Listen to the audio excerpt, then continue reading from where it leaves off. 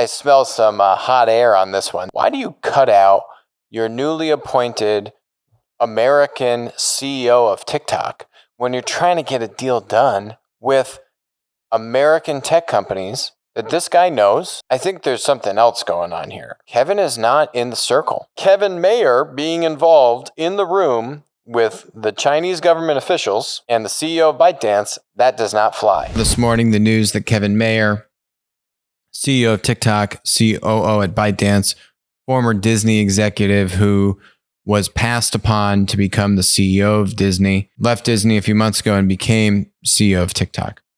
Back in July, we spoke about how this seemed like a peculiar move for Kevin. Here's that clip. Kevin Mayer, the former executive from Disney, now CEO at TikTok. Boy, this guy is having a rough couple months here. Very curious why Kevin took this job, right? I mean, it was very clear he was looking for something else after he was passed on for the role of CEO of Disney, everything, right? CEO of all of Disney.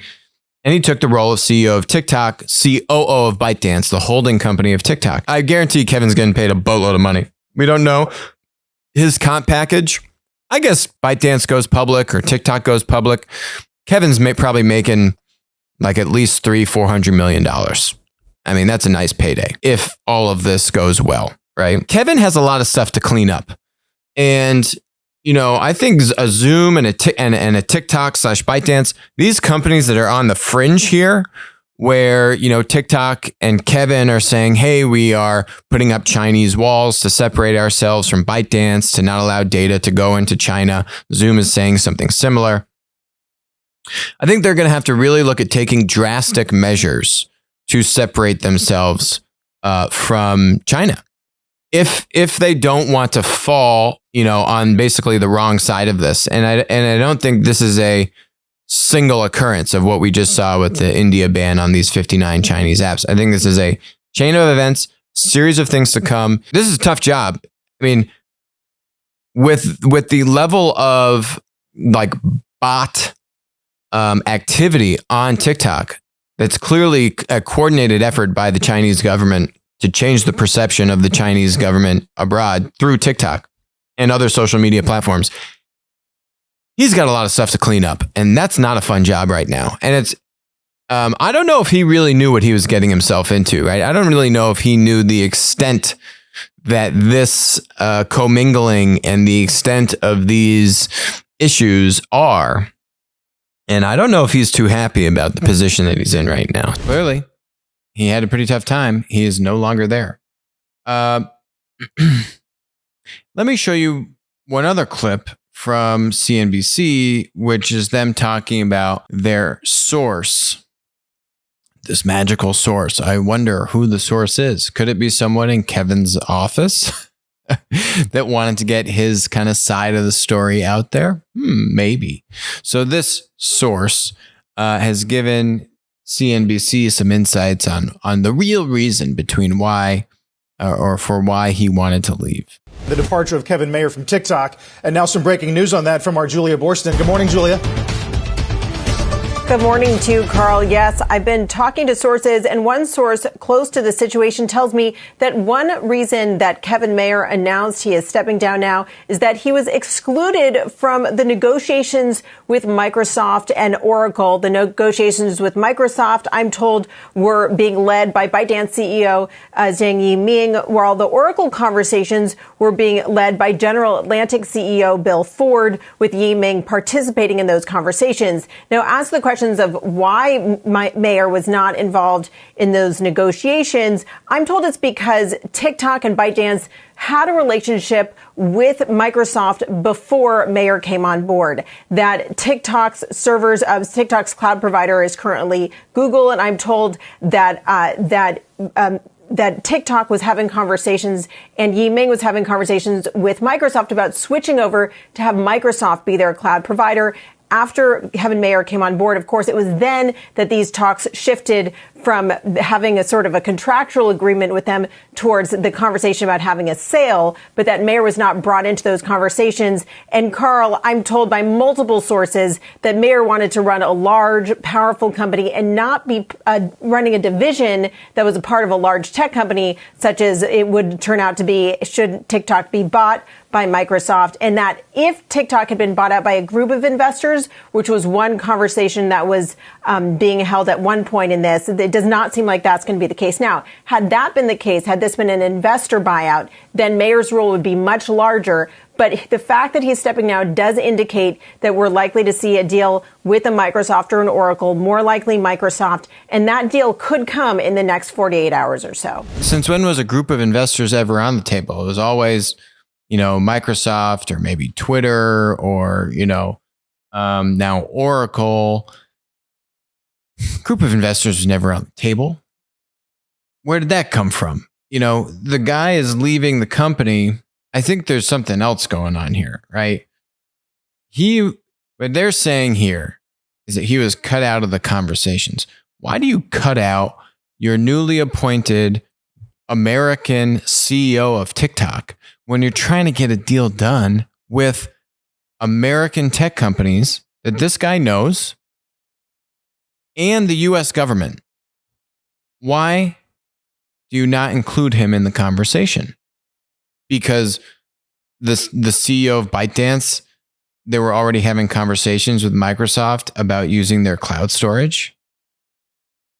And so that's the reason why they have a relationship. They're not even using Microsoft cloud storage. They're using Google.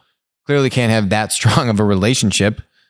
So I smell some hot air on this one. This is not true. Yes, I believe that he left because he was excluded.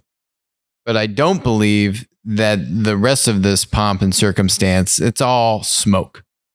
I think the real reason between why he was cut out on these conversations is simple. Kevin is not in the circle.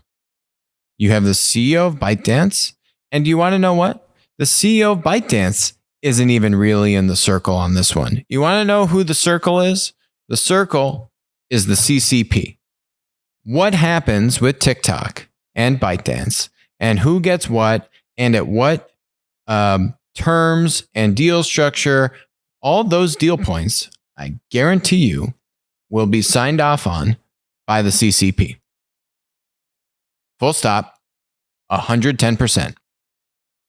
China wants to control its image internationally, unlike any country I've ever seen, right? I mean, we've spoken, that other video I was showing you from July was literally talking about how they have the 50 Cent army we've covered here. The 50 Cent army, hundreds of thousands of Chinese, workers, employees, I guess, for the CCP that go out on social media platforms to leave comments on videos like ours to influence people's opinions about China outside of China, right? You can't watch YouTube videos in China. These people are trying to influence the perception of China from outside of China. They care a lot about how they appear on the world stage. They want to be the number one dominant world, leading country. It's very clear. They've stated that publicly. They care a lot about the optics. This is not, honestly, this is out of the CEO of ByteDance's hands. This is a CCP decision. Obviously, the CEO of ByteDance will have influence and will have a say, but this is out of his hands. Any deal just like our president, US president, has the authority to ban TikTok from operating in the United States. Similarly, China will maintain that they have the ability to approve or deny any sale of a foreign operating entity owned by a Chinese entity. Watch. This deal is going straight up to the CCP, just like all the data in TikTok, which is why they've been banned. And Kevin Mayer being involved in the room with the Chinese government officials and the CEO of ByteDance, that does not fly. And Kevin, you are not invited to those conversations. So, next conversation is who is to blame in all of this? Is this Is this the CEO of ByteDance's fault that Kevin was not invited to these conversations? Yeah, maybe. Is it the Chinese government's fault that Kevin was not put into these conversations? Yeah, maybe. Is it Kevin's fault that he wasn't put into those conversations? You know, it actually is. It's all Kevin's fault. This all rests on the shoulders of Kevin. Kevin should have known what he was getting himself into by joining ByteDance.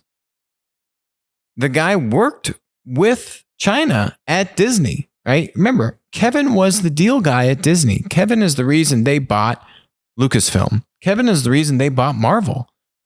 Kevin was the reason they did Disney Plus. Like, this guy was a mainstream. It was in contention between him and the other Bob to be the CEO of Disney. Kevin understands what it's like to do business in China. They have parks in China. They do movies in China, right? You understand what it takes to get an American movie published in China? Kevin does. Kevin absolutely does. There's a Taiwanese flag on Tom Cruise's jacket in the original Top Gun movie. That Taiwanese flag is now no longer in Top Gun 2. Why? Because there's no way that movie would have been allowed to run in China with a Taiwanese flag. Just one example of many. Kevin should have understood what he was getting himself into before signing up to join TikTok and ByteDance.